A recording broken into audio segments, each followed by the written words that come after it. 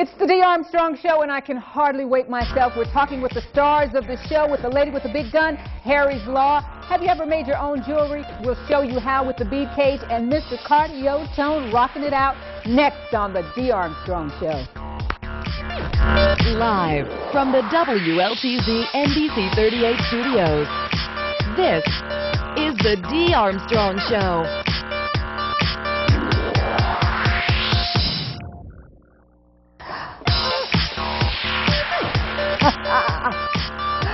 Hello, hello, hello, hello. I am so glad that this show is at 2 p.m. because it seems sometimes it takes that long to decide what I'm going to wear, and certainly what shoes I'm going to wear. You ever have that problem? I tiptoe out here. Did you see me tiptoeing? Because I love to wear high heels, and I'm not the only one.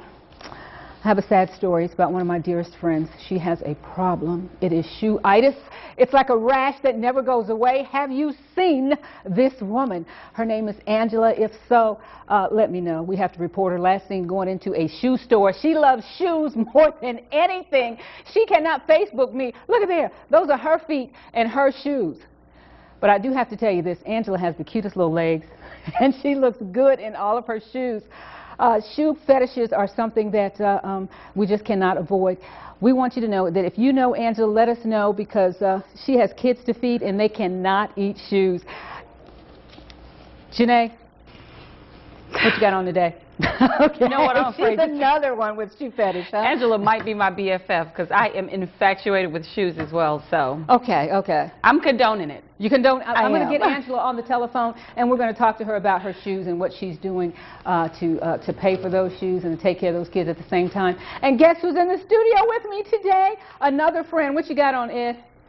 Basic Black. Basic Black, come on in here. You know, he's a man, and I bet you take them to the shoe repairman and you get the soles repaired and all that. Men keep shoes forever and ever. Yeah. You wear them till the soles fall off. And then you repair them and you keep Sure. them. Shoes and underwear. Men never replace those. Oh, gosh, I didn't ask you that. Oh, I'm sorry. Well, this is Ed Bostic from Boomer 95.3. Yes, ma'am. Awesome, awesome. And guess, and, go ahead. And your new place here is lovely. You like it? Yes. Who decorated this? I wish I could take full credit, but I can't. The whole staff had a lot to do with it. Because it looks like you. It does. It does. I had that couch when my kids were younger. You know, you don't look this tall on TV, or is it me? It's the shoes. It's the shoes. She got some heels I need going to get on some there. Heels. You know, we're going back to the 70s at the end of the Sure. month. Come in with your heels. Okay. Hey, did you know that 43% of women at one time or another have thrown a shoe at a man? Did you know that? 43%. I've never done that. See this? That's where it came from. I have thrown a shoe at a teenager. Oh, I bet. You know, you deliberately miss. Just like, hey, you hear me talking? Yeah. Yeah, I did it. Because you could put an eye out with them heels. Yes. No, I wouldn't do it. You deliberately miss, and they know mom's going to miss, but Sure. you get their attention. You know. Sure. You know whose birthday it is? It's not mine, so it's got to be... It is one of the Temptations. Yeah, and you know, in 1965, the Temptations had a hit, and it was called My Girl. My Girl, and I yeah. think we have a little of My Girl, and I'm going to tell you that one of the members is actually going to be in the Rock Hall of Fame. It's Ron Tyson.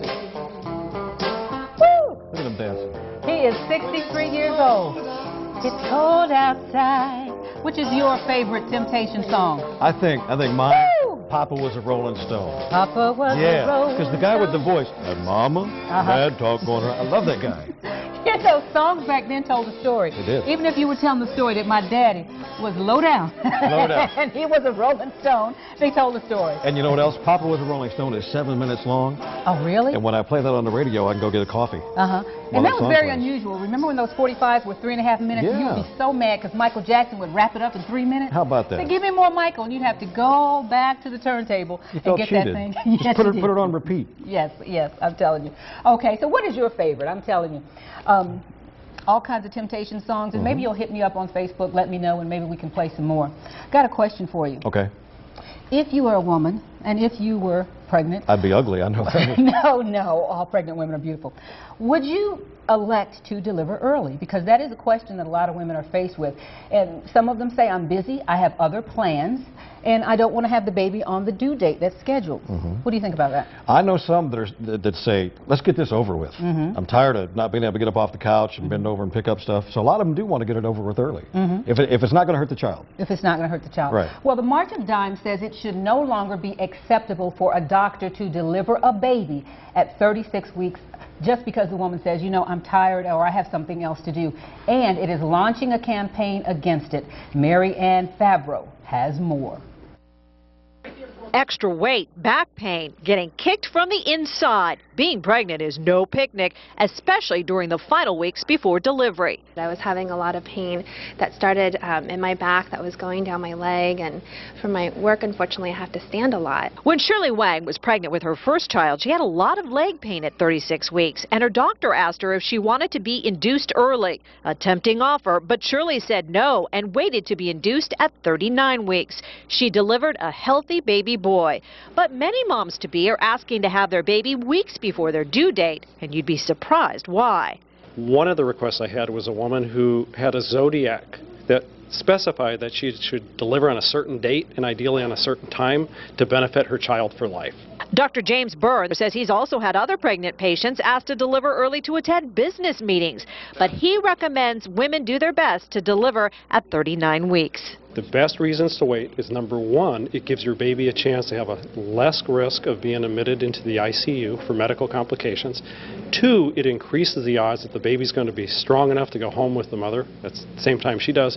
And three, elective inductions prior to 39 weeks are associated with a higher risk of failure and C-section rate. The March of Dimes is now asking hospitals to require physicians scheduling deliveries before 39 weeks to justify that they were done out of medical necessity. So in hindsight, I was glad I waited, but waiting those 3 weeks, it was tough. Tough times she quickly forgot when she first held her healthy son. Oh, just looking back on it. One more day is tough. It is pure, the H word. You know, Looking at those women made me hurt. I'm telling you, it Yeah, does. I was hungry till I saw that, and I'm like, no, I'm full enough. Yes, you are. Hey, Janae, you don't have to worry about that right now. But what Certainly you not. are doing is checking Facebook, right? I am. Yesterday we asked about Facebook is my Christina baby. Aguilera. Yeah, that is your baby. Are people loving her or hating her about the messing up on the anthem yesterday? You know what, surprisingly, a lot of our Facebook fans are very upset, and they feel like it was like a form of disrespect for her to not remember our nation's anthem. They're going crazy. They're saying a lot of different things about her. Yeah. Now, Ed, you know something about Christina having a second chance with a hockey team or something? There's a hockey team in Syracuse, New York called the Syracuse Crunch, and they have sent her a formal invitation to sing before their home game February 19th, kind of to redeem herself. Oh, okay. Also today I read Wikipedia. If you look up Star Spangled Banner on Wikipedia, the lyrics are wrong on Wikipedia. The exact words that she sang are on Wikipedia, so it's possible. Well, she knows better because she's done a lovely job in the past. It's possible. Okay, all right. Keep us updated, Janae. Appreciate that. Well, let's take a look at what's happening in the world of news. Let's see. Switching gears just a minute here.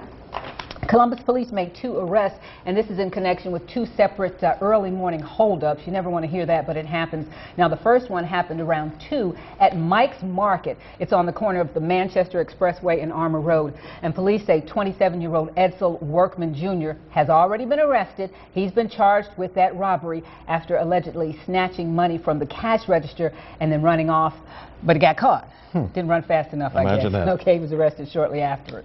Now, around the same time, police say a man knocked on the door at a home on 12th Avenue. When a woman came to the door, police say the suspect then just kind of forced his way in with a gun and demanded her money. And now police say 34-year-old DeMarcus Jacobs is charged with armed robbery. Not too smart, huh? Do the time, do the time, do the crime, do the time. Dumb robbers, okay. Some good stuff did happen this afternoon, too. A lot of women took part in St. Francis Hospital's annual The Heart Truth for Women Luncheon. Let's take a look. This event aims to create awareness about the staggering statistics of heart disease. It is the #1 killer of women.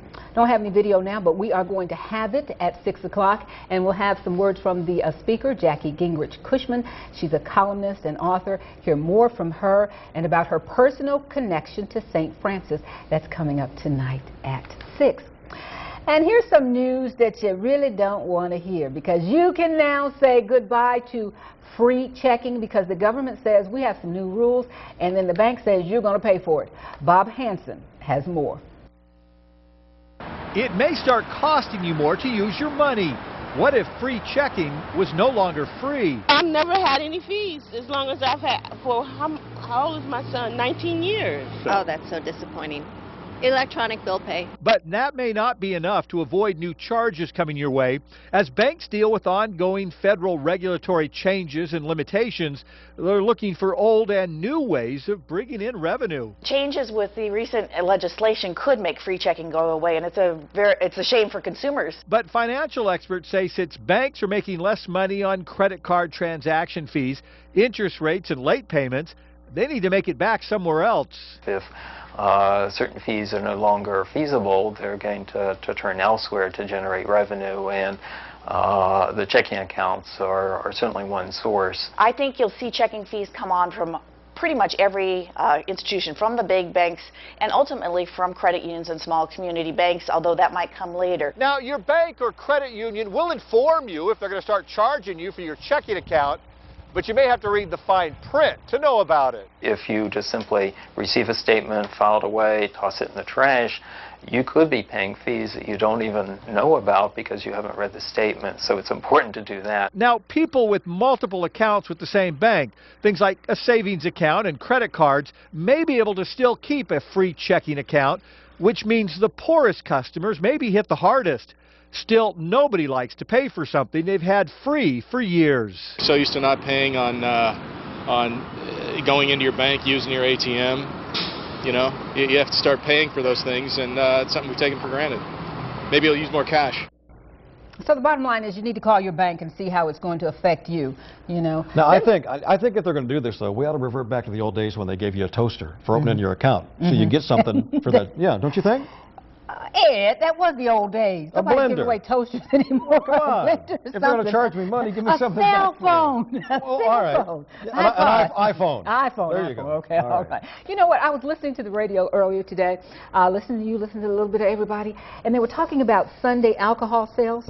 And, you know, that's going to be a big issue coming up. So I thought that might be a good question to see what our Facebook people have to say about that. Do you remember a time when stores weren't even open on Sundays? Yes, blue laws. The blue laws.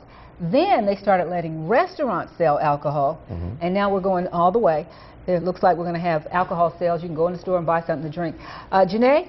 Yes. Well, can you post that as our question? We're definitely going to post that one.